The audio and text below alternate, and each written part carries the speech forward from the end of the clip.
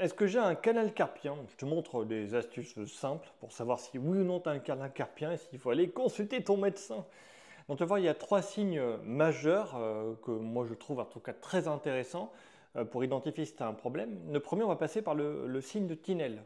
Tu vois, imagine que là, tiens, j'ai des fourmis dans toute la main, là, ça va pas du tout, ça fait mal, c'est des fourmis des fois, c'est froid, tu vois, ça va pas.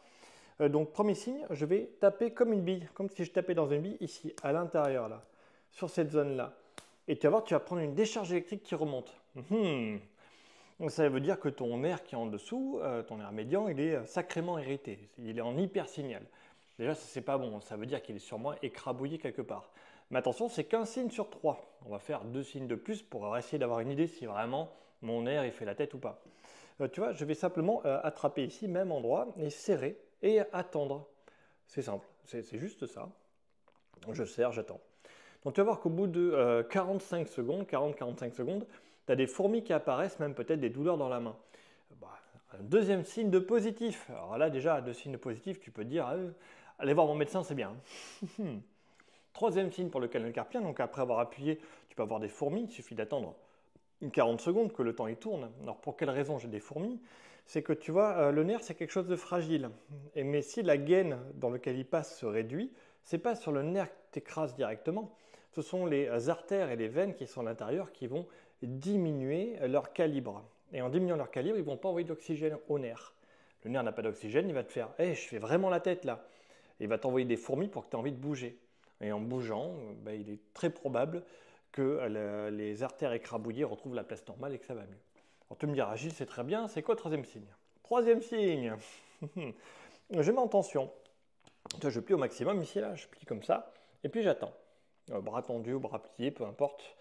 J'attends et j'attends, moi j'aime bien comme ça, bras tendu, ça met encore plus de tension. Et je vais attendre pareil 40 secondes pour voir si ici, là, au niveau du tunnel, du canal carpien, eh bien, il y a une compression ou pas. Tout simple. Voilà, c'est tout. Je maintiens, j'attends et je regarde ce qui se passe. Je ne sais pas quoi te dire de plus, hein. Les conseils de Gilou, c'est bien, mais voilà, ça t'est ne serait-ce que deux signes, faut aller voir le médecin. Un signe, bon, ça va, tu vois, ça peut être une compression transitoire. Ah si, une petite astuce tant que j'y suis.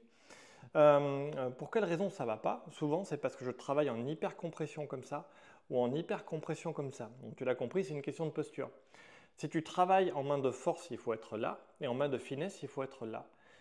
Mais jamais ici, ou jamais là. Donc souvent, c'est des gens, ils vont être comme ça quand ils vont à travailler ou un truc, ou ils vont dormir dans cette position avec les mains. Donc voilà, la première chose à faire pour essayer d'aller mieux, c'est d'essayer de vivre ici. Et c'est pour ça qu'on met des attelles, par exemple. L'attelle est juste là pour te tenir la main dans une position neutre, pas en hyperextension ou en hyperflexion. Et sur le coup, si tu mets une attelle et que tu as un canal carpien, ici, là, tu ne la serres pas à fond. Hein. C'est juste un guide pour garder la main dans une position où on est sûr que tu ne comprimes pas le machin. Voilà, petit conseil.